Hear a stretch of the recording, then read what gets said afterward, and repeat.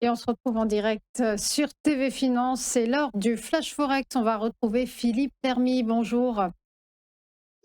Bonjour Roselyne, bonjour tout le Vous, monde. vous êtes trader formateur sur traderchange.com et ancien chef trader d'une banque centrale. On est ravis de vous retrouver. Et Philippe, et on va d'abord parler des événements de la semaine à venir, à commencer évidemment par la réunion de la Fed, la Réserve fédérale américaine, qui prendrait bien trop de risques à ne pas baisser ses taux directeurs. Oui, tout à fait, on va voir ça en détail, hein. La Fed devrait donc abaisser sa fourchette cible des effective Fed Fund Rates à 3,50, 3,75%, hein. Alors, selon les marchés, la baisse de 25 points de base est déjà anticipée à 87% d'après les Fed Fund Futures et à 92%, pardon, selon les swaps OIS, hein. Donc, ce n'est évidemment pas l'enjeu pour nous traders, hein.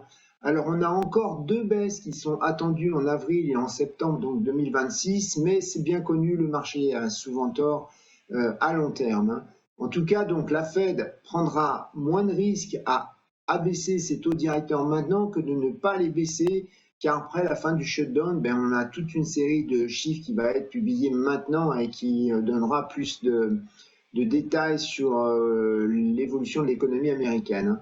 Alors, il y aura notamment les rapports sur l'emploi d'octobre et de novembre, hein, qui sortiront le 16 décembre et que donc la Fed n'aura pas connaissance mercredi.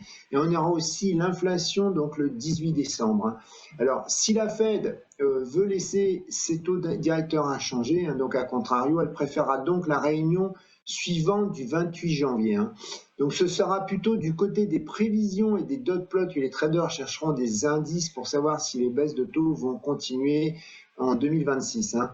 Alors, il est fort probable que les prévisions des membres de la Fed soient dispersées, hein, parce que ça reflète tout à fait l'incertitude actuelle concernant les perspectives économiques, hein. Alors, même si la Fed elle est moins dans le noir que les traders, parce que je vous rappelle qu'elle fait des enquêtes, hein, notamment on a eu le Beige Book qui est public, mais elle a plein d'enquêtes qui l'aident, hein, qui ont été faites, hein, puisqu'elle dépendait pas enfin, elle n'était pas impactée par le shutdown puisqu'elle est indépendante, hein.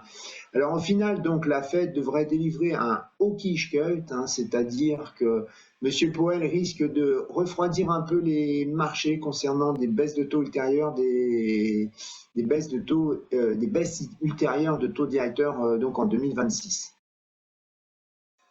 On va poursuivre avec le PIB au Royaume-Uni et la croissance du quatrième trimestre qui risque de décevoir la BOE. Oui, donc le consensus des marchés, donc des économistes de marché, indique donc une croissance de plus 0,1% pour le mois d'octobre, hein, ce qui ferait une croissance de plus 1,4% sur un an glissant, hein. Alors, les différents sondages pointent donc pour un PIB qui serait contenu au quatrième trimestre de l'année, hein. D'ailleurs, d'après l'ONS, hein, qui est l'équivalent britannique de notre INSEE, le PIB n'a pas été positif donc lors des trois dernières publications mensuelles, hein. Donc c'est un problème, hein. Ça donnerait une croissance nulle sur le dernier trimestre, donc la croissance qui ralentit, hein. D'un côté, on a la production manufacturière, hein, qui devrait rebondir fortement, notamment grâce à la reprise de l'activité donc dans les usines Jaguar, Land Rover, mais ceci serait compensé donc par une baisse de l'activité dans l'énergie. Et puis de l'autre côté, on a la croissance dans les services qui serait inchangée à cause d'une activité de vente de détail donc qui s'avère plus faible.